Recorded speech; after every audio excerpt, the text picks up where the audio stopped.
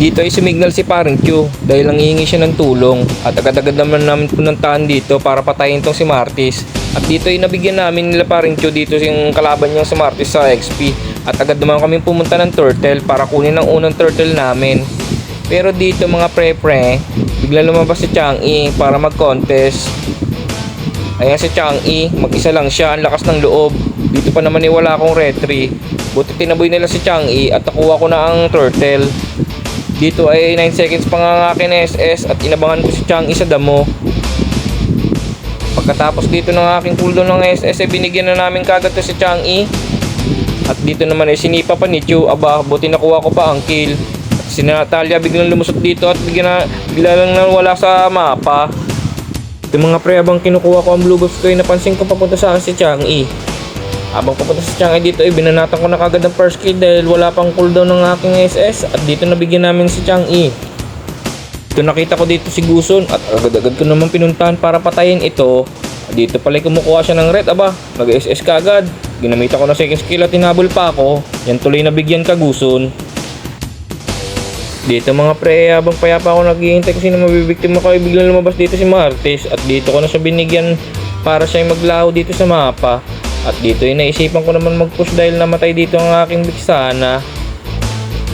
Nagulat ako biglang lumabas si Guson at ako'y napa-out na. Baka ako yung mamatay pa at mabigyan pa ako dahil wala akong SS.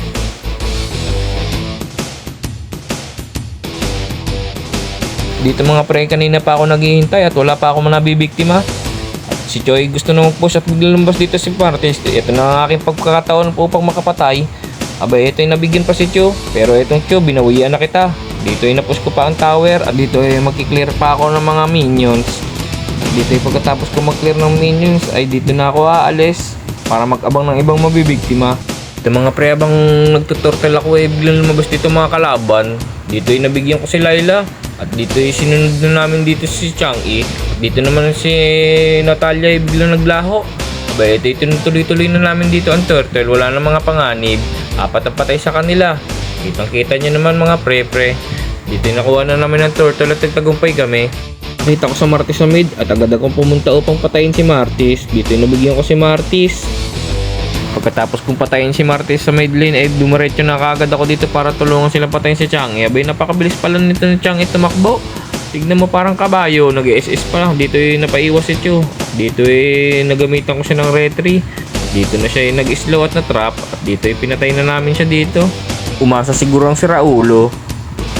Dito ay nakita ko si Layla sa mapa at agad-agad ang pumunta dahil alam ko dito ay napakabilis lang nitong patayin at durugin. Dito ngayon pagkatapos ko patayin si Layla ay nakita ko dito sa mapa si Martis. At dito ay susunod na namin to si Martis. Abay, pumapalag pa, akala mo naman makakapatay. Dito si Natalia ay napakatindi. Second spill kakala mo ay mamamatay ako. Ha ha ha. Ito hindi pa rin ako umuwi at nakita ko si Layla. Abay, nag second skill ako, nag-SS para mawala sa mapa. Kung alam ay nandito pala si Natalia, ako'y namatay at naglaho ng parang bula. Dito ay natanaw ko si Martis, ginamit ako ng second skill at last skill at biglang nabura siya paggamit ko ng first skill. At dito ay nag-normal ako at nakapatay pa ako double kill. Abay, tatakbo ka pa.